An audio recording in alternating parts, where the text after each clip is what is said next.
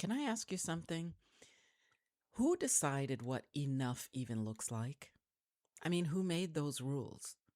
Who convinced us that our value could be measured by a number on a scale, or a relationship status, or a paycheck amount, or a job title after the comma that comes after our name, or someone else's opinion of us? Welcome to the Bounce Back Black Woman podcast. I'm Dell, coach, author, mom, and your sister along this journey of healing, growth, resilience, and living more intentionally. As Black women, we know all too well that life can break our hearts in more ways than one. But here in this space, we heal, grow, rebuild, and bounce back together. Because it's not just you. It's not just me. It's us. Hey there, my friend, and welcome back to Bounce Back Black Woman. In the last episode, which was the first in the 5-part series that I'm calling our Sometimes series, we talked about something that can be difficult to admit. And that was that sometimes we just don't like our life. Today, I want to stay with that same spirit of honesty, because sometimes it isn't our life that we struggle with. Sometimes it's ourselves. Not every day, not every moment, but there are seasons when we look in the mirror, or we look at someone else's life, or we replay one of our mistakes, and we quietly wonder, am I enough? Not perfect enough, not pretty enough, not successful enough, not accomplished enough, just enough. My friend, if you've ever felt that way, I want you to know something before we go any further. You're not the only one. I don't think that we're born believing that we're not enough. I think we actually learn that concept. Sometimes slowly, sometimes painfully, and sometimes without even realizing it. Maybe it starts with comparison. We scroll social media and suddenly everyone else seems happier or thinner or more successful, more confident or more put together. TV and movies quietly redefine what beauty is supposed to look like. And the beauty industry convinces us that we're always one product or one procedure or one treatment away from finally feeling good about ourselves. And then life adds its own layer to all of it. A relationship ends, or someone cheats, or a marriage falls apart. We lose a job, or a business doesn't work out. We make choices that we wish we could undo, and before long, all of those experiences begin confirming this lie that we've been hearing in our own head for years. And it kind of whispers to us, see, you're still not enough. My friend, that's how self-doubt grows. It doesn't happen overnight, in one experience or one comparison or one disappointment or even one criticism. Maybe for you it wasn't social media. Maybe it was a parent who you never could seem to satisfy. Or a teacher who underestimated you, told you that you were at best a C+ student. Or a partner whose words cut deeper than they ever should have. Maybe it was someone who projected their own brokenness onto you until you began carrying it as if it belonged to you. The voices could be different, but the message is often still the same. You'll never quite measure up. Can I ask you something? Who decided what enough even looks like? I mean, who made those rules? Who convinced us that our value could be measured by a number on a scale, or a relationship status, or a paycheck amount, or a job title after the comma that comes after our name? or someone else's opinion of us. Because, my friend, those things can change overnight. They can change in an instant. But that doesn't mean that you changed. I want to share something with you, and it's sort of personal, but sort of not. Some of you may know that I have a bunch of tattoos, and maybe not a bunch, but I've got 5. My first tattoo simply says the word persevere, and it's on my right shoulder blade on my back. And I intentionally had it placed there because I wanted it behind me, pushing me to keep going whenever life got hard for me. And it was a reminder that no matter what I faced, I wasn't going to quit. And about a year later, I got my second tattoo. And many of you know that the commonplace thought is often truth, that once you get one, you start getting more and more and more. And I am probably proof of that theory. So when I got my second tattoo, the second one says, I am enough. But when I got that one, I chose a completely different location for it. And I put it on my left inner forearm because I wanted to be able to see it every single day.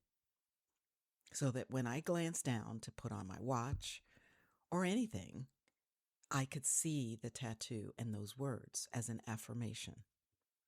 Because apparently I needed that reminder often.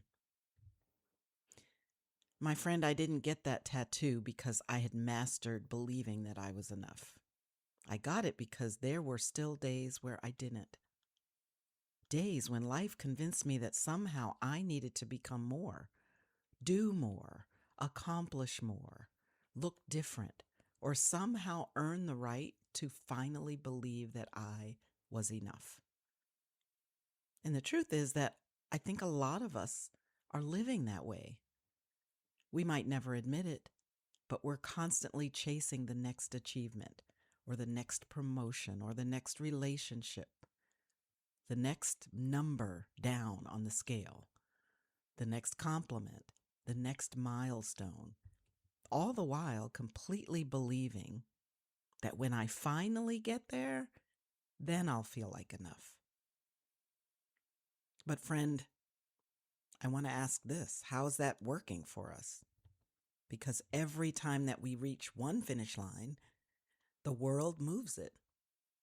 There's always someone prettier, someone younger, someone wealthier, someone with more followers, someone with a bigger house or a happier looking marriage or a better vacation vlog or more successful business. And if comparison is the game, we'll never win. Because comparison was never designed to make us grateful. Comparison was designed to make us feel like we're constantly behind. And that's why Theodore Roosevelt's quote has stood the test of time. And in case you don't know, that quote is, comparison is the thief of joy. My friend, I think it steals something else beside our joy. It actually steals contentment, and it steals confidence. It steals our peace. Not because our lives have changed, but because our focus did. So here's what I've learned. The goal was never perfection. The goal isn't to become someone else, nor is it to have everyone like you. The goal is to become the healthiest, strongest, most authentic version of the woman that God created you to be. Not her, you. Because the world doesn't need another version of somebody else.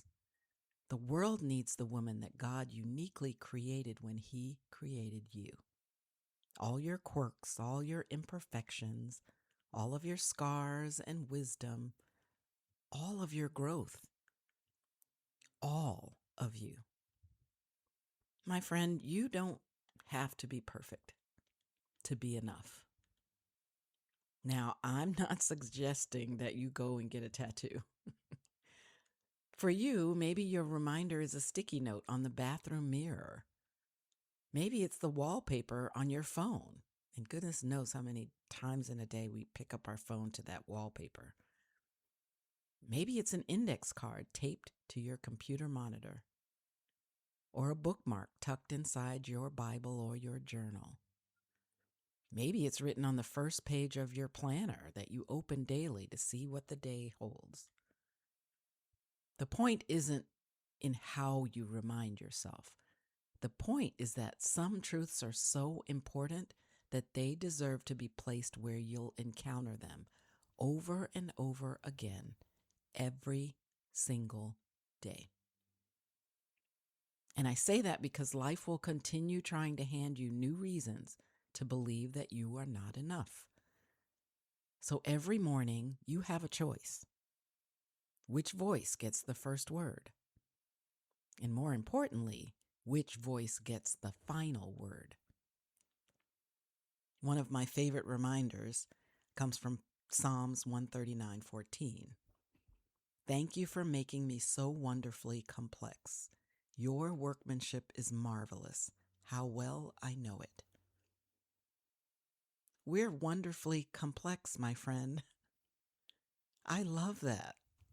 It doesn't say that we're flawless or identical to everybody else. Wonderfully complex. That means that your personality, your gifts, your life experiences, even the lessons you've learned through your mistakes have all shaped the woman that you are becoming.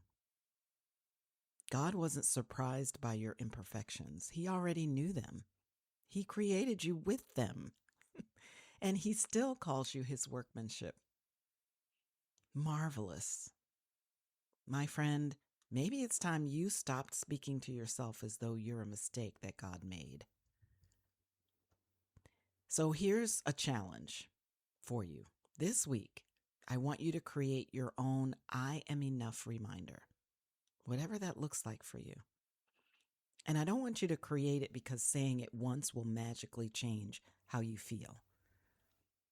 But I want you to create it because the voices telling you you're not enough have been speaking to you for years. And it's going to take intentionality to replace those messages with truth. So write it somewhere you'll see it every day, not to convince yourself of something that's untrue, but to remind yourself of something that you've simply forgotten. And then I'm going to ask you to take to your journal. And here's the prompt. Where did I first begin believing that I wasn't enough? And what truth do I need to intentionally place in front of myself every single day in order to replace that belief? Friend, I think this episode closes with one sentence. Not a big emotional speech, but simply this. You don't have to become enough. You have to stop believing that you never were enough. And with that, I will see you in the next episode. Well, that's it for today, my friend. I really hope this episode inspired, encouraged, or just plain comforted you. If so, please share it with a friend who might be struggling in her own healing journey. And if you take a moment to leave a quick review on Apple Podcasts, you'll help other women find encouragement through their heartbreak. Remember that God is holding your hand along this journey, and guess what? I'm holding the other. Life is short, so bounce back, Black woman.